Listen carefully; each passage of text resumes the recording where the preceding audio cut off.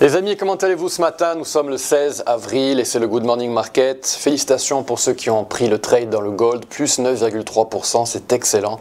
Le gold qui a atteint un plus haut historique et qui a atteint la cible en période journalière.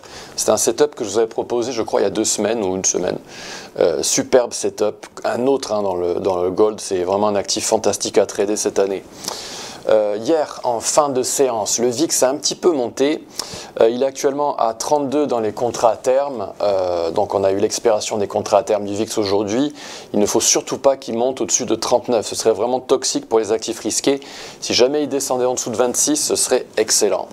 Hier, le S&P 500 a clôturé quasiment neutre, moins 0,17%, le Nasdaq plus 0,18%. Ce matin, dans les contrats à terme, on est à moins 1,4% dans le S&P et moins 2,2% dans le Nasdaq. Le CAC 40 est en train de baisser, là on enregistre un petit peu avant l'ouverture, à moins 1,33%.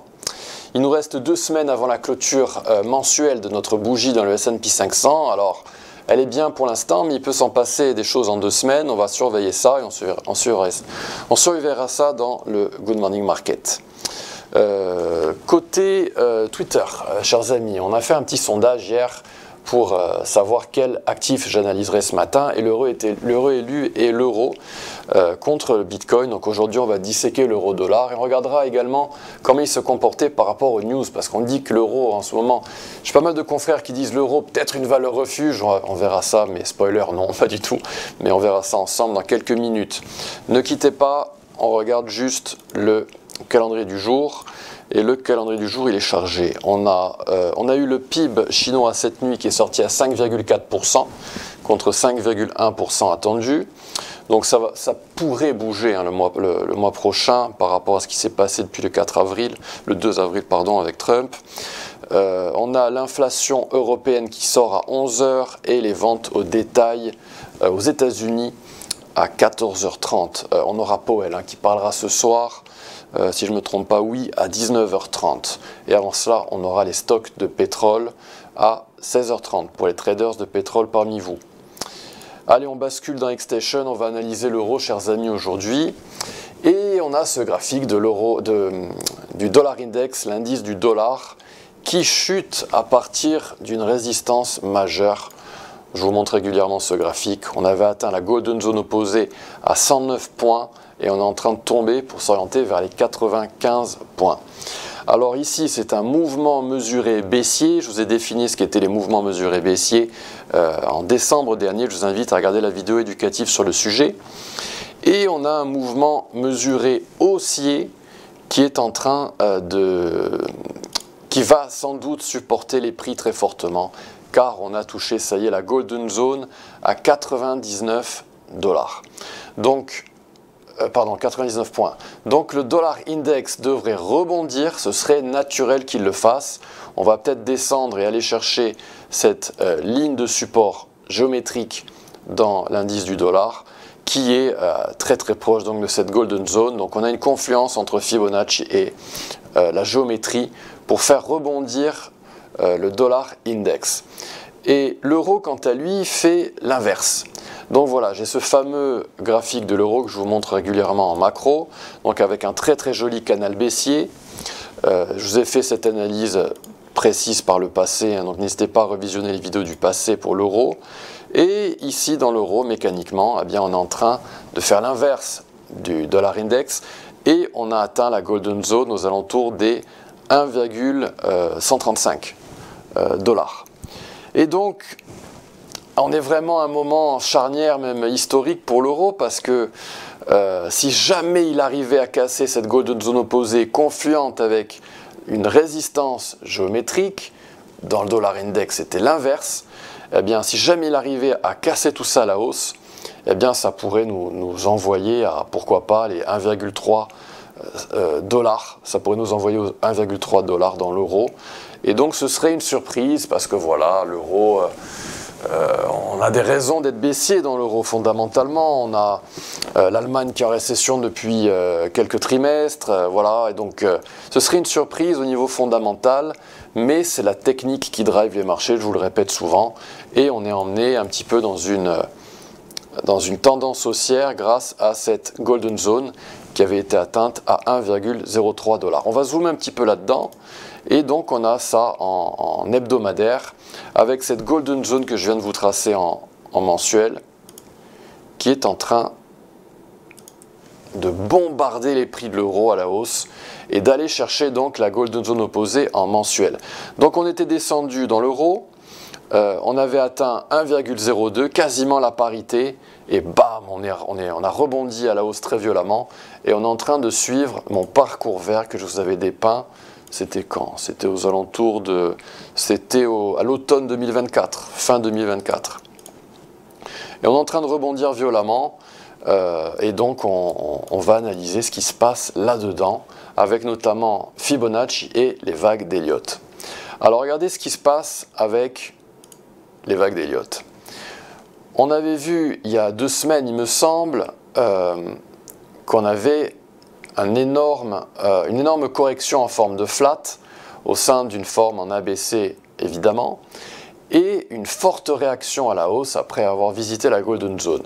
Pour les vagues d'Elliott, je vous le rappelle, The Elliott Wave Principle, c'est le livre à lire. C'est un livre écrit par Robert Prechter qui vous dépeint toutes les guidelines, toutes les règles sur les vagues d'Elliott. C'est un livre simple à lire, il est en anglais. Si vous ne connaissez pas trop l'anglais, forcez-vous un peu. C'est pas non plus la mer à boire. Vraiment, c'est vraiment un livre à lire impérativement. On va zoomer ici dans cette réaction haussière après cette correction en forme de flat. Et donc, je vais basculer en mode H4. Alors, en mode H4, en période H4, voilà ce qu'on a. On a une très jolie structure impulsive qui s'est dessinée. Alors souvenez-vous, la dernière fois qu'on avait fait la vidéo ensemble du GMM, eh bien on avait cette boîte verte que je vous avais dessinée. Donc c'était pour rider une vague 5 par la suite, donc après une vague 4. Et donc cette structure impulsive est pour l'instant très bien dépeinte avec une vague 1, une petite vague 2, une vague 3 qui était bien franche, souvenez-vous, qui avait cassé le canal basique. Je vous avais dit la semaine dernière qu'on adorait retourner au canal basique pour terminer, pour faire le creux de la vague 4. On était venu dans notre boîte verte et sur Twitter, le compte d'XTB France, vous avez posté mon setup ici avec cette petite vague 4 qui était attendue pour venir dans cette boîte verte au contact géométrique donc du base channel, du canal basique, avant de rebondir au sein d'une vague 5, au sein de la vague 3. D'accord? On retourne dans X-Station, je me remets en plein écran, et donc voilà ce qu'on a eu depuis. Donc on a parfaitement atteint la cible, donc le setup a parfaitement fonctionné, on a fait approximativement presque 4%. Et depuis, eh bien, on est en train de monter, de continuer de monter, de casser cette résistance de Fibonacci et on pourrait donc être au sein d'une vague 5, au sein de la vague 5 de la vague 3. Par la suite, on pourrait avoir une vague 4 à nouveau, donc en période H4 et rebondir pour compléter la structure impulsive en H4 avec une vague 5 par la suite. Et on atteindrait la cible algo en parallèle. Donc c'est un tracé elliottiste qui est très propre, qu'il va falloir suivre. Alors on est au sein d'une vague 5 étendue, au sein de la vague 3. On pourrait avoir une réaction assez violente, peut-être avoir un triangle pour la vague 4. Les triangles sont typiques des vagues 4, avant de rebondir pour la vague 5. Qu'est-ce qu'on a avec les algos? Alors souvenez-vous, début février, je crois que c'était aux alentours du 9, je vous avais proposé ce setup. C'était celui-ci dans l'euro-dollar, un mouvement mesuré classique après avoir cassé une golden zone opposée. Donc c'était voilà, aux alentours du... Il avait été posté le 7 février et voilà ce qu'on a eu. On est venu dans la boîte verte et on a rebondi. Par la suite, dans une vidéo, je vous avais également proposé de trader ce mouvement mesuré numéro 2 qui avait pris beaucoup de temps. On était venu à la Golden Zone et la cible avait également été atteinte et même perforée. Alors par la suite, on a explosé en prix. On est monté très fortement donc dans cette map elliottiste. Hein. Et par la suite, eh bien, on a fait un autre mouvement mesuré ici. avec un mouvement mesuré haussier dont le support était à 1,09 $, golden zone atteinte à 2 reprises, puis par la suite le 50% a été touché à nouveau et on a explosé la hausse et on a cassé la cible. Par la suite, c'est le setup que je voulais vous proposer ce matin, mais malheureusement il a déjà été tradé. Alors ça m'étonnerait qu'on revienne dans cette boîte verte. Golden zone à nouveau pour une extension à 1,127 $. On est actuellement en train de rebondir, on est actuellement à une résistance de Fibonacci ici. Donc on est en train de s'orienter vers la golden zone opposée en H1. Et si on casse 1,14 $, eh bien on s'orientera naturellement vers la cible à 1,155 $. Si jamais on devait casser cette golden zone en H4 qui est située à 1,126, ce serait négatif pour l'euro-dollar et ce trade serait invalidé. Et on pourrait avoir une correction en vague 4 qui pourrait être en train de se matérialiser si jamais on devait faire un plus bas. Et en fait, eh bien, on aurait eu 1, 2, 3, 4, 5 et l'impulse en fait. La structure impulsive de la mini vague 4 de la vague 3 serait en fait terminée.